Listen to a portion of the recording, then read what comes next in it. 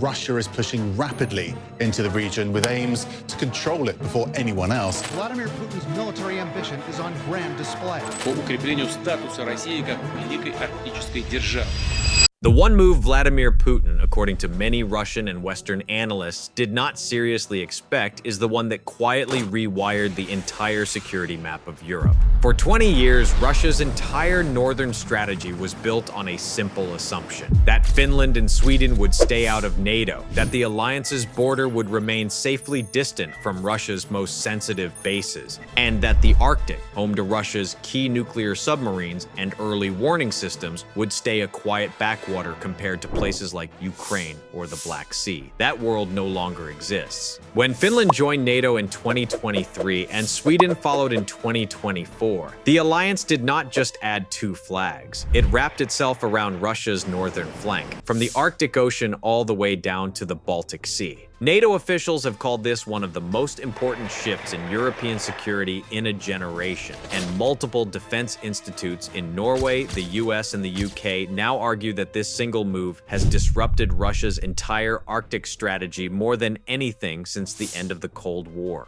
Because for the first time in modern history, Russia's Arctic stronghold no longer sits behind a buffer zone. It now sits directly across from NATO territory.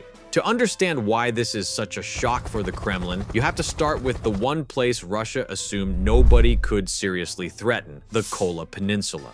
The Kola Peninsula in Russia's northwest is not just another remote region on the map. It is the heart of Russia's nuclear second strike capability. This is where the Northern Fleet is based. This is where Russia's Borei-class and Delta-class ballistic missile submarines are stationed, carrying nuclear-armed Bulava and Sineva missiles that are designed to survive a first strike and hit back if Russia is ever attacked.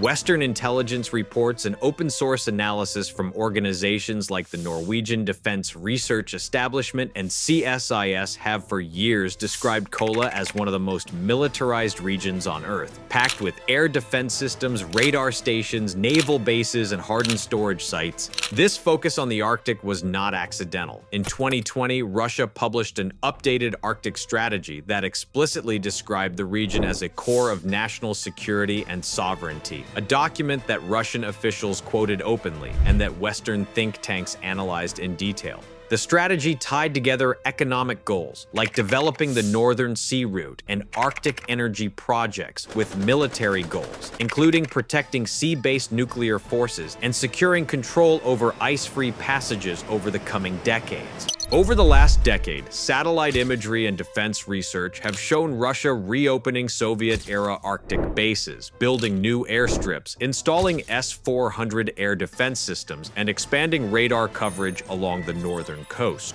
Putin visited the region repeatedly and talked about the Arctic as Russia's future. To Moscow, this was supposed to be a safe bastion, shielded by geography and political restraint. There was a quiet assumption behind all of this. Finland and Sweden would stay out of NATO. Norway, the only northern NATO member, would remain cautious about large allied deployments near Russia's border, something Norwegian governments publicly balanced for years. Finland kept military non-alignment after the Second World War. Sweden had avoided formal alliances for roughly 2 centuries. As long as those policies held, Russia's planners could believe that the Kola Peninsula and the Northern Fleet sat behind a predictable, manageable frontier. Then came the full-scale invasion of Ukraine in 2022. When Russian forces crossed into Ukraine, they did more than trigger a European land war. They shattered political assumptions in Helsinki and Stockholm almost overnight. Before 2022, support for joining NATO in Finland and Sweden was relatively low, according to their own national polling institutes. Cooperation with NATO existed, but formal membership was seen as unnecessary and in some circles risky.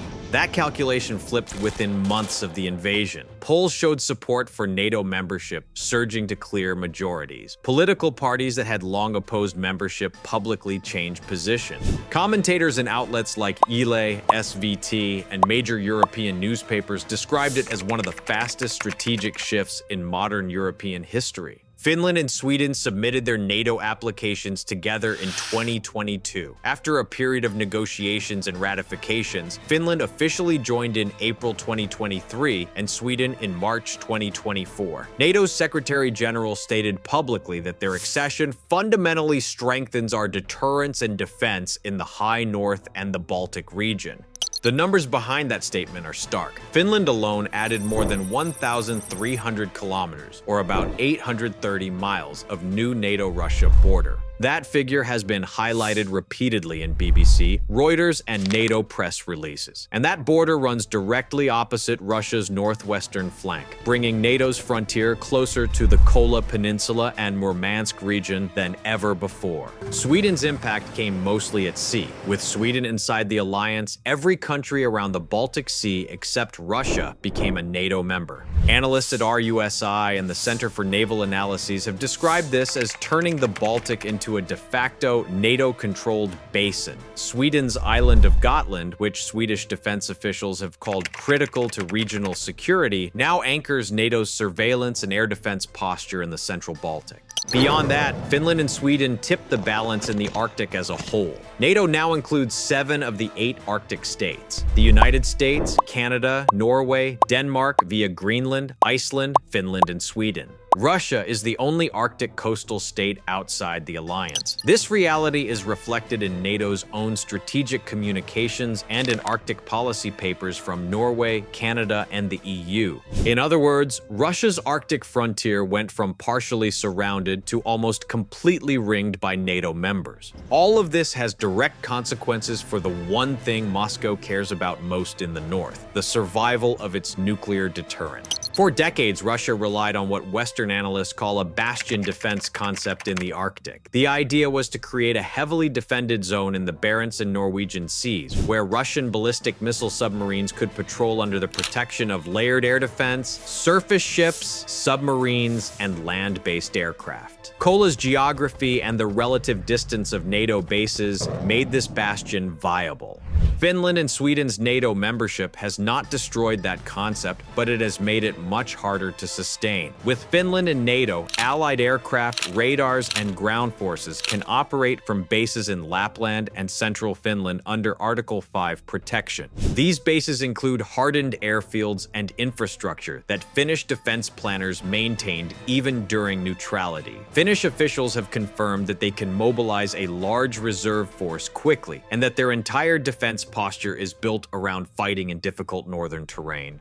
NATO has already begun integrating this into its planning. Official exercise documentation from drills like Nordic Response and Arctic Forge shows allied units training across Norway, Finland, and Sweden on scenarios that include defending northern territory, securing supply lines, and operating in severe winter conditions. US, British, and other NATO troops have taken part in these exercises, which have grown larger in recent years. On the air side, Norway, Finland, and Denmark are all operating, or in the process of operating, F-35 stealth fighters. NATO and National Air Force statements have highlighted that by the end of this decade, the Nordic region will host a substantial concentration of 5th-generation aircraft.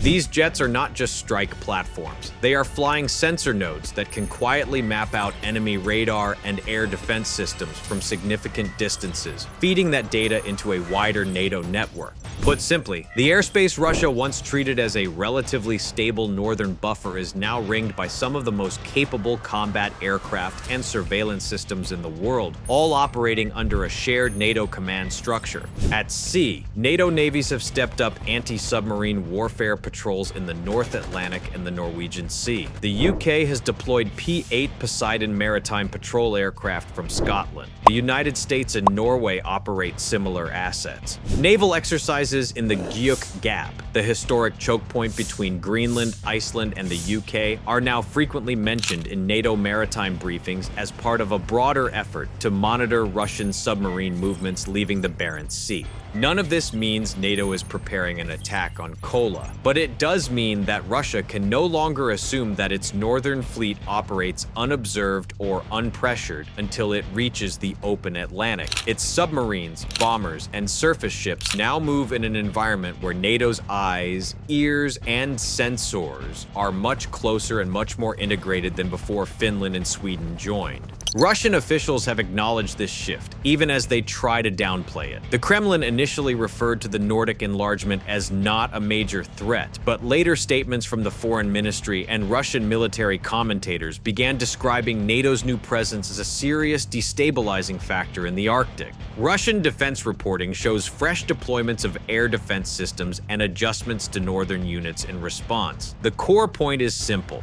The bastion is no longer comfortably distant. It now sits within reach of NATO air power, NATO surveillance, and NATO rapid reinforcement routes. Russia's Arctic strategy was never just about missiles and submarines. It was also about money. For years, Moscow promoted the Northern Sea route, the shipping lane along Russia's Arctic coast, as a future rival to routes through the Suez Canal. The idea was that melting sea ice and new icebreaker fleets would make this corridor viable for commercial traffic between Europe and Asia. Russian officials talked about the Arctic becoming an engine for energy exports, particularly liquefied natural gas from projects like Yamal and Arctic LNG, which previously involved significant Western investment and expertise. That vision depended heavily on cooperation with Western companies, European customers, and a relatively stable security environment. The invasion of Ukraine and the subsequent sanctions regime broke that model. European governments cut most energy imports from Russia. Major Western energy firms and service providers withdrew from Arctic projects. EU and US policy documents confirm bans and restrictions affecting Russian Arctic energy development, and analysts at places like the International Energy Agency have noted the long-term impact on Moscow's export plans. At the same time, the security environment in the Arctic changed. With Finland and Sweden in NATO and Russia suspended from most practical work in the Arctic Council because of the war, the region shifted from being framed primarily as a zone of cooperation to being described more often as an area of strategic competition. NATO's own communications now refer to the High North as critically important for transatlantic security, while Russian officials increasingly accuse the alliance of militarizing the Arctic. China remains interested in Arctic shipping and resources, and has described a polar Silk Road in its own strategy documents. It has invested in icebreakers and scientific research, but Beijing has also signaled that it does not want a heavily militarized Arctic confrontation. Chinese officials regularly stress stability and international law in Arctic governance. With Europe still a major economic partner, China has little incentive to fully align itself with Russia's more confrontational posture in the High North. The result is that Russia finds itself more isolated in Arctic governance, with less Western capital and expertise, more military spending, and a more hostile neighborhood. The ambitious vision of the Northern Sea route as a global commercial highway is now squeezed by sanctions, political risk, and NATO's dominant position around key maritime choke points. All of these northern shifts would be challenging for Russia even in peacetime. They are far more serious in the middle of a long, high-intensity war.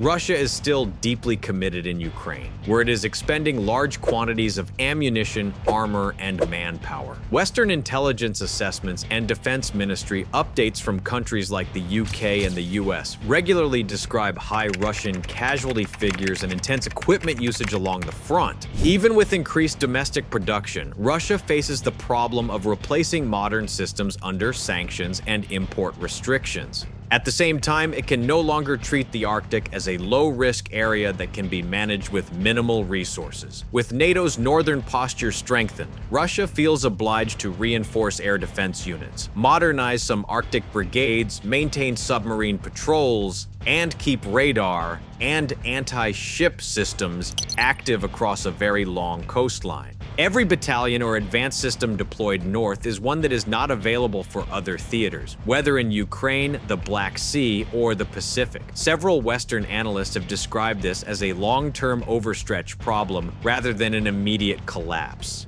Russia still retains significant military capabilities, but it now has to divide attention and resources across more demanding fronts. The Black Sea offers a clear example of how this matters. When Ukraine began successfully striking Russian ships with naval drones and Western-supplied cruise missiles, analysts pointed out that Russia could not easily reinforce its Black Sea fleet because of the Montreux Convention, which restricts the movement of warships into the Black Sea in wartime. At the same time, its northern fleet assets are increasingly needed to watch NATO activities in the north. Naval studies from organizations like RUSI and CSIS have noted how this dual pressure limits Moscow's options. On the nuclear side, the increased visibility of Russia's northern forces also influences perceptions of escalation. NATO countries have gradually become more confident supplying Ukraine with longer-range missiles and advanced air defense systems, and discussions about F-16 deliveries have been conducted in the open.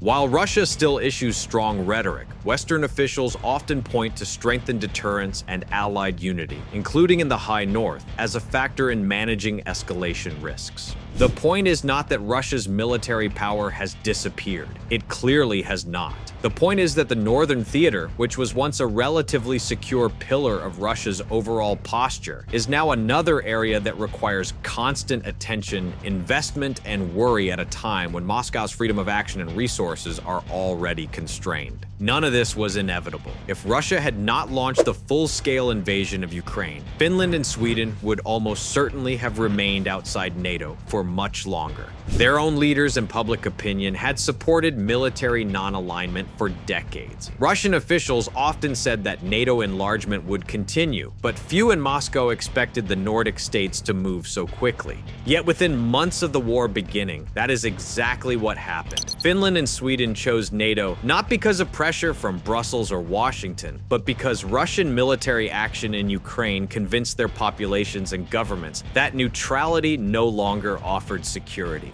Their accession was processed by democratic parliaments and supported by clear majorities in national opinion polling. The consequences are now fixed in place for the foreseeable future. NATO's northern border is longer. The Baltic Sea is largely surrounded by allied territory. 7 of 8 Arctic states coordinate within the alliance, and Russia's northern fleet sits closer to NATO surveillance and air power than at any point since the Soviet Union's collapse. Russian leaders have described these developments as a mistake by the West. Yet many Western defense officials and independent analysts argue the opposite, that this was one of the most serious strategic self-inflicted setbacks of Putin's entire time in power. Instead of pushing NATO back, Russia's actions brought NATO directly to the edge of Russia's most sensitive military region. The future of the Arctic will depend on many things: climate change, global trade patterns, technology, Russian domestic politics, and China's long-term choices. But one fact will remain constant for decades: Finland and Sweden are in NATO now.